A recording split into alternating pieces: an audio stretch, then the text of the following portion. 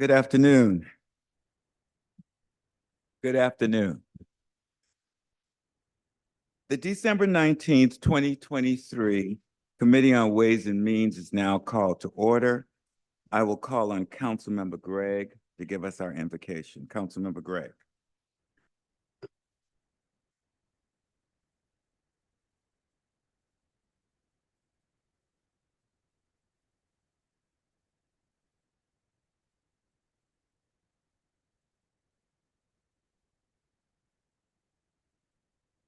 Amen. We have the December 5th, 2023 minutes. Move Do I for hear a approval. motion? Moved and properly second. Any discussion regarding the December 5th, 2023 minutes? If not, all in favor say aye. Aye.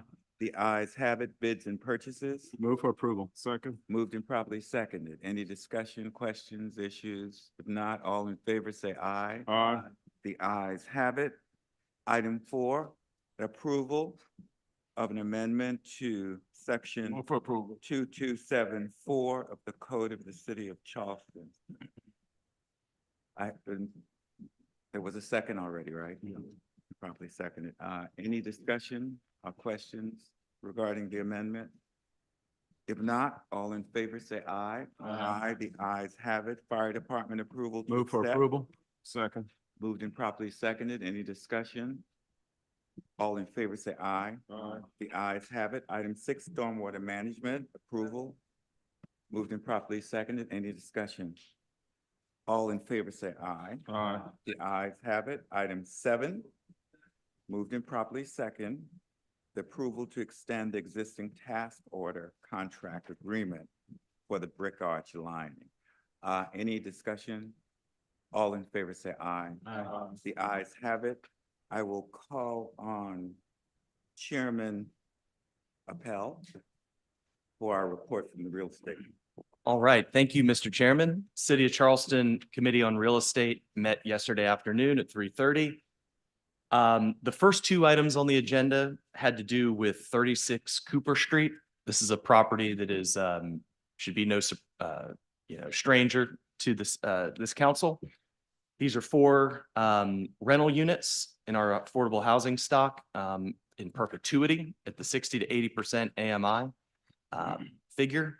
And it came back to committee to make some technical changes to the contract prior to closing and to also extend the closing date till the end of this year. And both of those items passed unanimously.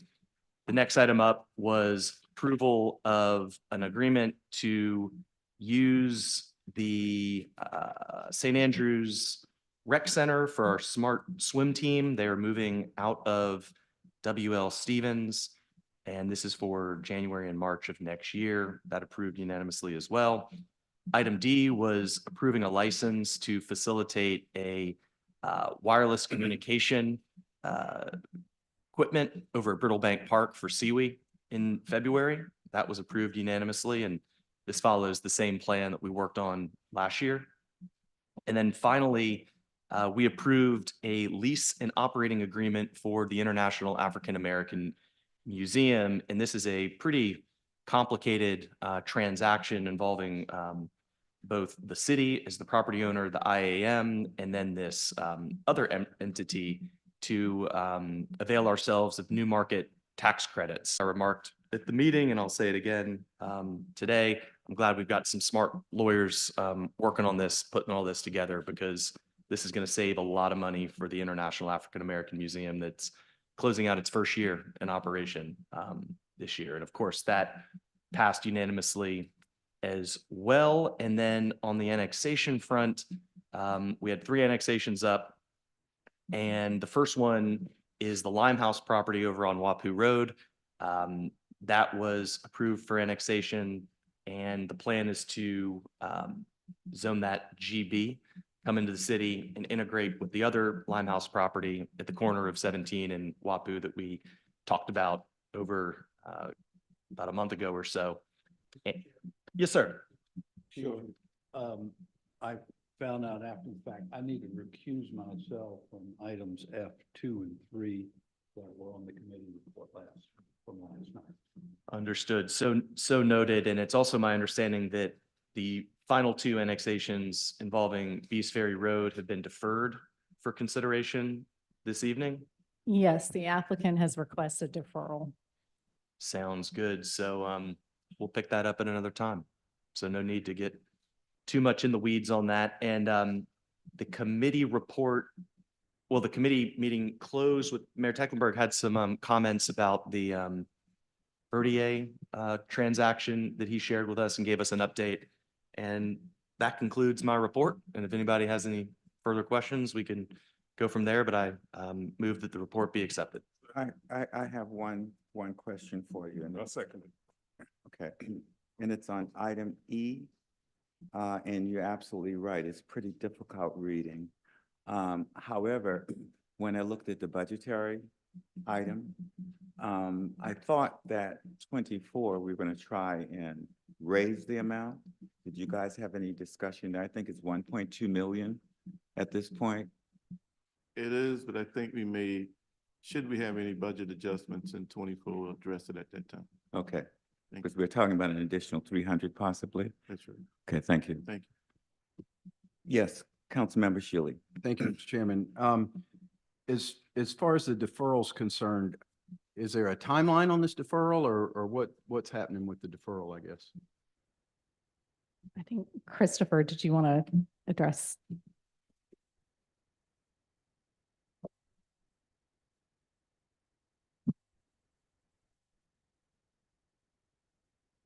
Yes, sir, Mr. Shealy. The applicant asked to move it to January because he wanted to have some more discussions with council members and Ms. Shaw Johnson about possible affordability of housing in the location as well. Okay, great. Thank you. I guess my next question is, Mayor Tecklenburg has recused himself. It was a roll call vote 3-2. Does that bring it back to real estate? Does that cancel out his vote, 3-2 vote, and bring it back to real estate, or does it come directly to council? I think it does. We'll have to talk to clerk of council. I'm sorry, repeat the question. I'm sorry. So, The Mayor- mayor, Mayor Tecklenburg recused himself. I didn't know that was going to happen, but since he has recused himself, he voted in a roll call vote in real estate, which made that vote 3-2 for it to come to council. Does that mean that these items go back to real estate before they come back to council? I think since the applicant has requested a deferral, it would come back through real estate anyway. So it would need to come back through real estate. Okay, thank you. any more questions or, yes, Councilmember. Not on that issue, but I do think special recognition needs to be given to the team of people that worked on this agreement for the IM Museum. As you say, it's quite an involved document. A good bit of it parrots the agreement, lease agreement that we have with the Gilliard. And, you know, it's a similar situation where the city owns the Gilliard and leases to a 501c3 nonprofit similar, but we've got some portions of our legal team that if there was a 25th hour in the day, they found a way to squeeze the juice and get 25 hours a day. And of course, Ms. Creech over there deserves a lot of credit for heavy lifting on that one. And obviously, Mr. Johnson and Ms. Copeland, the whole legal team, Ms. Wharton in the financial department, Mr. Brennan, Bob Brennan, who's on the executive committee, the board, as well as the chairman of finance for the IM. And of course, Councilmember Pell, he's on the IM board as well. I think it's taken the better part of a year to get this agreement, maybe a year and a half to get it done. So, and obviously a lot of involvement with the mayor as well. So I want to congratulations all the way around getting this done, because this is standing up, as I said yesterday, an institution. and obviously this bears repeating when we get to city council. This is an institution not just for our city or just for our state, but frankly, our country, and it is the International African American Museum. So it has international implications as well. So job well done, and praises and salutations. Thank you. Duly noted. Mayor Tecklenburg. Chairman, on just a couple of items here, I wanted to thank our Housing, Community Development and Legal Department for finally bringing around these waivers for permitting fees for bonafide affordable housing projects. I'm told that in some cases, these fees could amount to tens of thousands of dollars, if not close to $100,000 on a big project. So every savings we can bring to those projects, I think is a plus. Well, number 6 and 7, maybe Councilmember Waring will discuss this at the Public Works Committee report.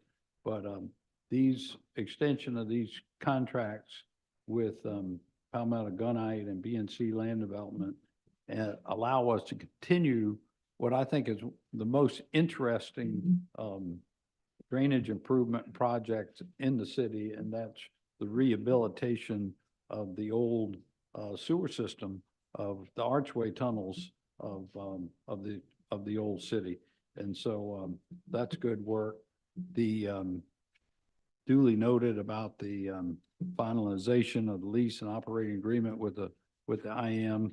But on the annexation that we did pass, y'all, that's the one on Wapu Road right near Savannah Highway that Limehouse family owns. We just completed at our prior meeting a swap of some property between the city and the family that allows for a better connection of the greenway and the bikeway at that corner, and will necessitate the removal of, I think, the most unattractive building in the city of Charleston that's at the corner of Savannah Highway and Wapu Road. That should be coming down soon, and also enables a more cohesive development of their property into something beneficial for West Ashley. So having that property in the city is a big plus, something, to be honest with you, Mayor Riley had worked on before he retired. So I'm glad to see we got that done. Thank you. Mayor, I had a question on item 4 regarding the waiver and the priority status. What are we getting out of that? I did read the ordinance, but I still couldn't figure out, are we getting extended periods of affordability? I mean, what are we getting for this waiver in terms of increasing the numbers of units? With Robert or Gianna may want to reply, but from my perspective, we're getting controlling the cost for bona fide affordable projects when prices and costs have been rising over the last many years. Still, yeah, I still want to know, what are we getting?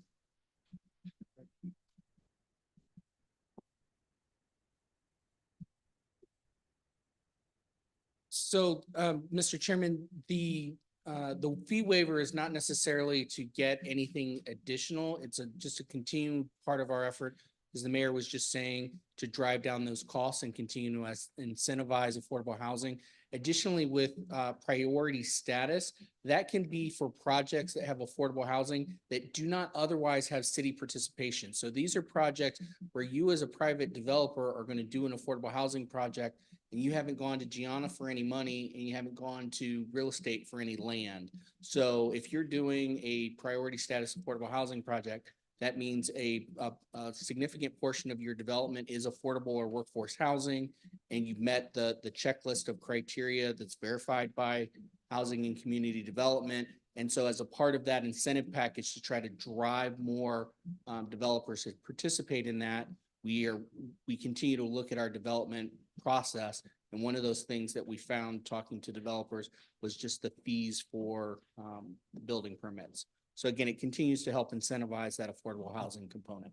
But it doesn't necessarily affect the numbers, and it's the question I was raising. No, Thank it's you. not specifically tied to additional affordability. Thank you. Just wanted to let you know where we're headed with all this stuff.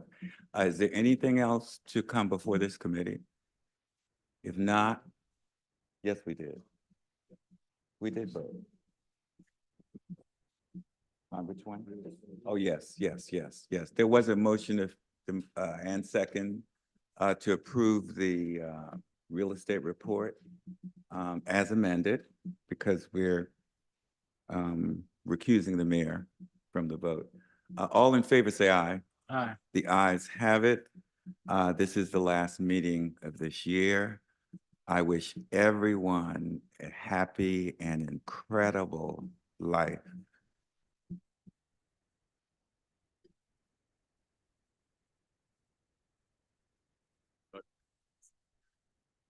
Incredible life. Did he die?